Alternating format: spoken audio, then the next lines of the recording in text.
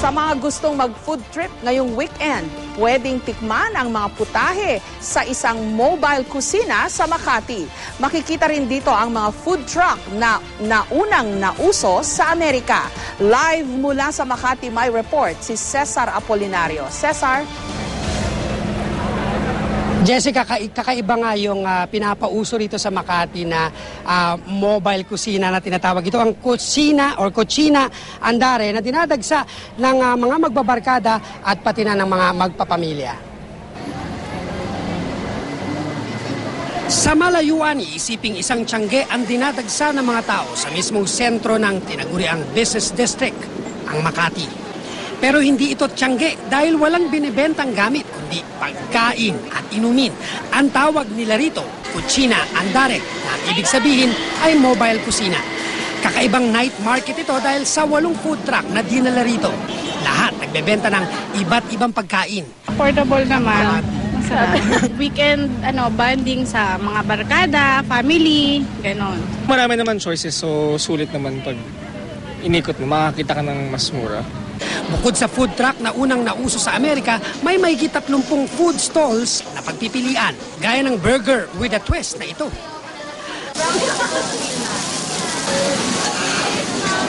Maraming pika-pika para sa mga magbabarkadang mahilig mag-happy-happy at mag-unwind matapos ang buong araw na trabaho.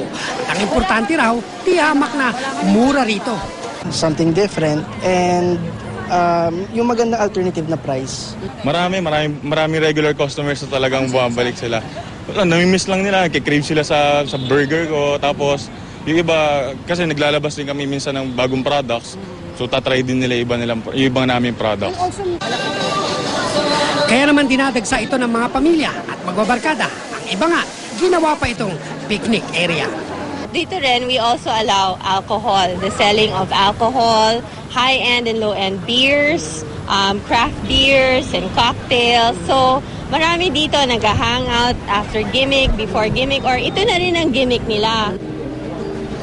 At ito Jessica, yung pinakahihintay rin ng ibang mga gumigimik. Siyempre, kung may inuman dyan, mayroong mga banda na tutugtog para sa kanila. At ang isa pa sa magandang tignan dito, yung mga pumupunta, yung mga bumibisita rito sa Cucina Andare, ay nagiging picnic area yung paligid, no? Yung mga gustong makinig ng light music or acoustic music ay naglalatag sila rito ng mga kumot at ginagawa ng picnic area itong mga damuhan dito, Jessica. Okay, sa Amerika, alam ko, Cesar, yung mga food truck minsan paiba-iba yung kung saan sila naroon eh. Pero yan, alam natin, permanent dyan sa lugar na yan. Ganun ba yon?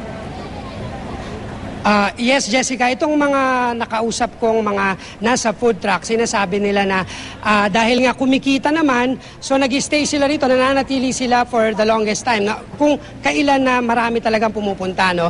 At hindi naman daw nilalangaw yung mga binebenta nila. In fact, talagang pila-pila yung mga bumibili sa mga mobile kusina na tinatawag nila rito, So, Jessica. kumbaga, location pa rin, di ba? Kung saan maraming kakain, nandun sila.